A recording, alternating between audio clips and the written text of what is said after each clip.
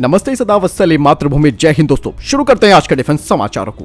बढ़ते पहले defence update की तरफ जो कि डीआरडीओ को लेकर आ रही है। दरअसल डीआरडीओ का electronic and radar development establishment एक स्पेस बॉर्न इमेजिंग रडार यानी कि अंतरिक्ष जनित इमेजिंग रडार को विकसित कर रहा है, जिसे कि अनफरलेबल रिफ्लेक्टर एंटीना यानी कि ऊफरा कहा जा रहा है।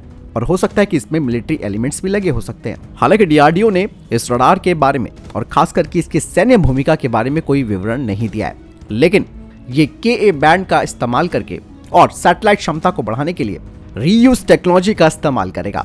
दरअसल डीआरडीओ का ये जो उर्फा है उसमें अलग अलग तरीके के पेलोड्स होंगे और ये मूविंग टारगेट्स जैसे कि दुश्मनों के टैंक और मोबाइल मिसाइल लॉन्चर्स को डिस्क्रिमिनेट कर सकता है। और साथ ही ये अर्थ ऑब्जर्वेशन के लिए एक रडार इंस्ट्रूमेंट से हाई रेजोल्यूशन तस्वीरें भी प्रदान कर सकता है। बढ़ते नेक्स्ट अपडेट की तरफ जो कि जनरल मनोज पांडे जी को लेकर आ रही है। सेना प्रमुख जनरल मनोज पांडे ने कहा कि रूस और यूक्रेन के बीच जिस तरीके से युद्ध चल रहा है, इंफॉर्मेशन की क्षमता, आर्थिक तंत्र के हथियारीकरण, कम्युनिकेशन के अतिरिक्त अंतरिक्ष आधारित प्रणालियां जैसे कई अन्य पहलुओं को लेकर हमारे सामने आया है और ये सभी टेक्नोलॉजी से संचालित है। जनरल पांडे ने बताया कि कोई भी देश अपनी नई अत्याधुनिक टेक्नोलॉजी को साझा करने को इच्छुक नहीं होता है। इसका मतलब साफ है कि राष्ट्र की सुरक्षा को आउटसोर्स नहीं किया जा सकता और न ही दूसरे की उदारता पर निर्भर किया जा सकता है।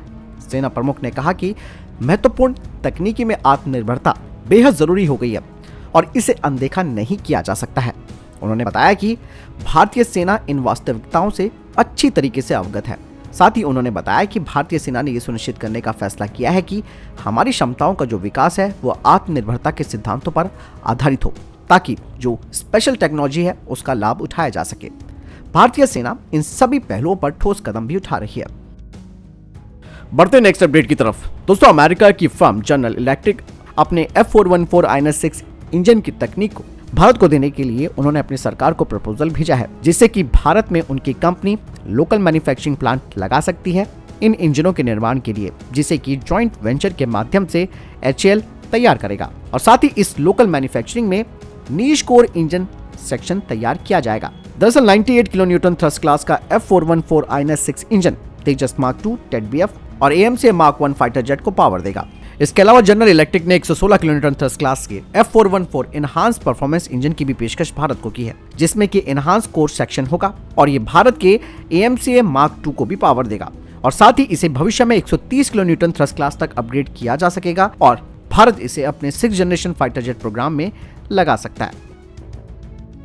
बढ़ते हैं नेक्स्ट अपडेट की तरफ। लॉकहीड मार्टिन के वाइस प्रेसिडेंट इंडिया ने कहा कि लॉकहीड मार्टिन भारत में अपने Swarovski CH-53K heavy lift helicopter का ऑफर करना चाहता है, जो कि सेना और इक्विपमेंट्स को शिप से शोर तक पहुंचा सकता है। इसके अलावा ये हायर एल्टीट्यूड जो टेरेन्स होते हैं वहां पर भी तेजी से मूव कर सकता है।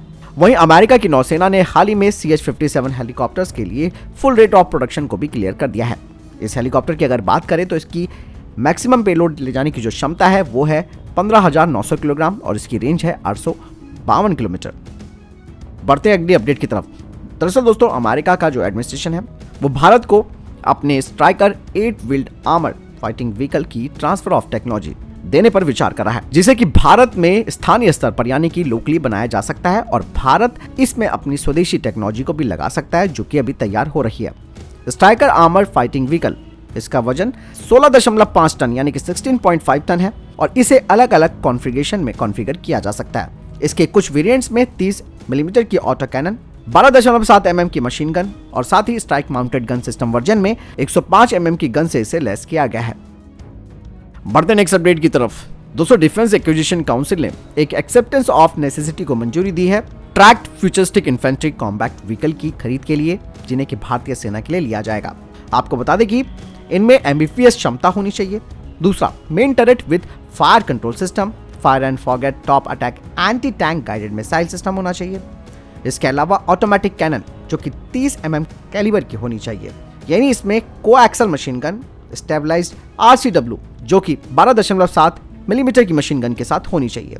साथ ही साथ इसमें मॉडर्न प्रोटेक्शन मेजर्स भी होंगे, जैसे कि एक्टिव प्रोटेक्शन सिस्टम और लेजर वार्निंग। कहा यह जा रहा है कि इसकी कमर्शियल बिड्स ट्रायल्स के बाद ही सबमिट करनी होंगी और इस ऑर्डर को L1 और L2 वेंडर के बीच 60:40 में स्प्लिट किया जाएगा और जो ये L2 वेंडर होगा उसे L1 वेंडर की तरफ से जो टर्म्स एंड कंडीशन और कीमतें हैं उसे एक्सेप्ट करना भी होगा।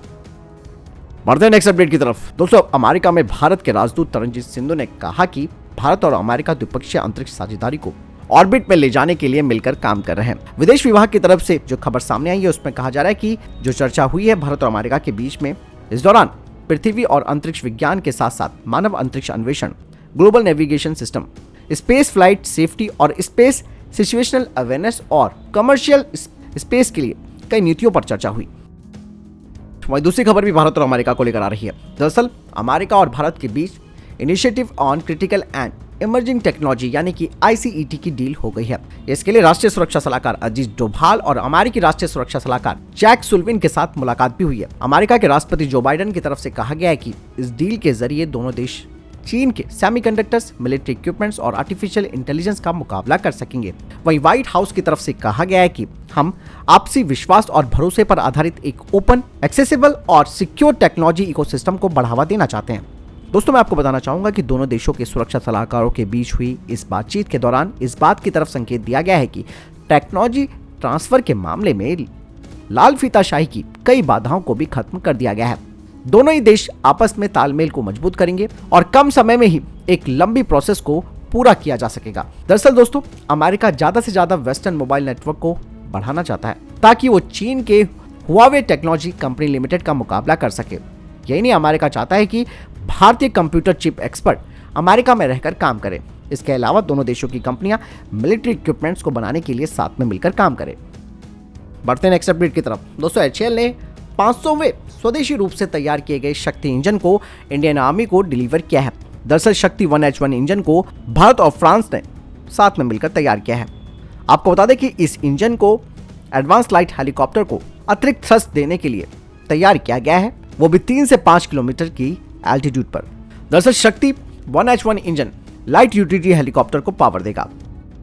बढ़ते हैं अगले अपडेट की तरफ। दोस्तों, भारतीय प्रधानमंत्री इस हफ्ते बेंगलुरु और तुमकुरु के कार्यक्रमों में भाग लेने के लिए कर्नाटका का दौरा करेंगे और इस दौरान प्रधानमंत्री बेंगलुरु से 120 किलोमीटर दूर तुमकुरु जिले के गुब्बी तालुक में मौजूद हिंदुस्तान एरोनॉटिक्स लिमिटेड की एक नई हेलीकॉप्टर निर्माण सुविधा राष्ट्र को समर्पित करेंगे। बता दें कि इस हेलीकॉप्टर फैसिलिटी में विनिर्माण, संरचनात्मक असेंबली, अंतिम असेंबली लाइन सुविधाएं, helipad, flight hanger, ATC, less hanger और एडमिनिस्ट्रेटिव भवन भी शामिल होगा। 615 एकड़ में फैली ये सुविधा लाइट यूटिलिटी हेलीकॉप्टर के साथ साथ भारतीय मल्टी रोल हेलीकॉप्टरों का निर्माण भी करेगी और भविष्य में LCH, LUH, सिविल ALH और IMRH के MRO के लिए भी इसका इस्तेमाल किया जा सकेगा। कहा जा रहा है कि ये जो कारखाना है वो 30 से 40 हेलीकॉप्टर का उत्पादन हर साल करेगा, जिसे कि चरणबद्ध तरीके से बाद में 60 से 70 हेलीकॉप्टरों तक बढ़ाया जाएगा हर साल। बढ़ते हैं अगले अपडेट की तरफ, जो कि डिफेंस बजट को लेकर आ रही है। डिफेंस बजट भले ही बढ़ा है, लेकिन जरूरत के हिसाब से उतना नहीं बढ़ पाया जितना लोग उम्मीद कर रहे थे और जितना हमारी आर्म फोर्सेस उम्मीद कर रही थी। दरअसल दोस्तों, इस बार का जो बजट है यानी कि डिफेंस बजट वो 5.94 लाख करोड़ रुपए तक किया गया है, जो कि साल 2022-2023 के 5.25 लाख करोड़ रुपए के बजट से 12.95% ज्यादा है। यानी कि रक्षा बजट में एक बढ़ोतरी की गई है। यानी दोस्तों, इस बजट में पूंजीगत व्यय के लिए कुल 1.62 लाख करोड़ रुपए अलग से रखे गए हैं, जिनमें कि नए हथियार, विमान, युद्धपोत और अन्य सैन्य साजो सामान की खरीद शामिल है। और जो पिछले साल का जो पूंजीगत व्यय था वो 1.50 लाख करोड़ रुपए था। यानी कि इस बार का जो है पूंजीगत व्यय वो 1.62 लाख करोड़ रुपए है। रक्षा पेंशन के लिए अलग से 1,38,205 करोड़ रुपए की राशि आवंटित की गई है। बजट के दस्तावेजों के अनुसार रक्षा बजट कुल आकार में 5,93,537.64 करोड़ रुपए है। दरअसल अगर अपने डिफेंस बजट की तुलना चाइना से की जाए तो भारत इस मामले में काफी पीछे है। यानी कि भारत के मुकाबले चाइना का जो रक्षा बजट है वो 3 गुना है। हालांकि अगर रक्षा बजट में बढ़ोतरी के आंकड़े को देखा जाए तो भारत ने इस बार अपने रक्षा बजट में 13% की बढ़ोतरी की है। बढ़ते हैं अगली अपडेट की तरफ। दोस्तों, अमेरिका और भारत की दोस्ती लगातार मजबूत होती जा रही है, इस बारे में कोई दो राय नहीं है। इसके पीछे का भी कारण है वो भी आप समझेंगे अभी, लेकिन मैं आपको बताना चाहूंगा कि अमेरिका भारत को कई तरीके की तकनीकी हस्तांतरण करने को तैयार है, जिसमें कि जनरल इलेक्ट्रिक कंपनी जेट इंजनों को भारत में संयुक्त रूप से तैयार करेगी। इसके अलावा और भी कई तकनीकें हैं जो कि अब अमेरिका भारत को देना चाहता है। इसके पीछे का मकसद साफ तौर पर यह है कि चाइना को काउंटर करना, लेकिन दूसरा सबसे बड़ा कारण है कि भारत को रूस से अलग कर देना। अमेरिका ये बात अच्छी तरीके से जानता है कि दो दोस्तों को कैसे लड़ाना है और किस तरीके से फायदा उठाना है। मान लेते हैं कि हम अमेरिका की तकनीक को ले लेते हैं, लेकिन किस कंडीशन पर अमेरिका हमें तकनीकें देगा, ये तो बात की बात है। और अमेरिका, आपको मालूम है कि सगा किसी का नहीं रहा है, तो यहाँ पर भारत को बिल्कुल वही स्ट्रैटेजी अपनानी होगी कि भाई सीखते रहो, ये किस तरीके की तकनीक हमें देने की कोशिश कर रहे हैं, कितना हमें इसका फ़ायदा उठाना चाहिए, उसके बाद अपने काम पर लग जाओ।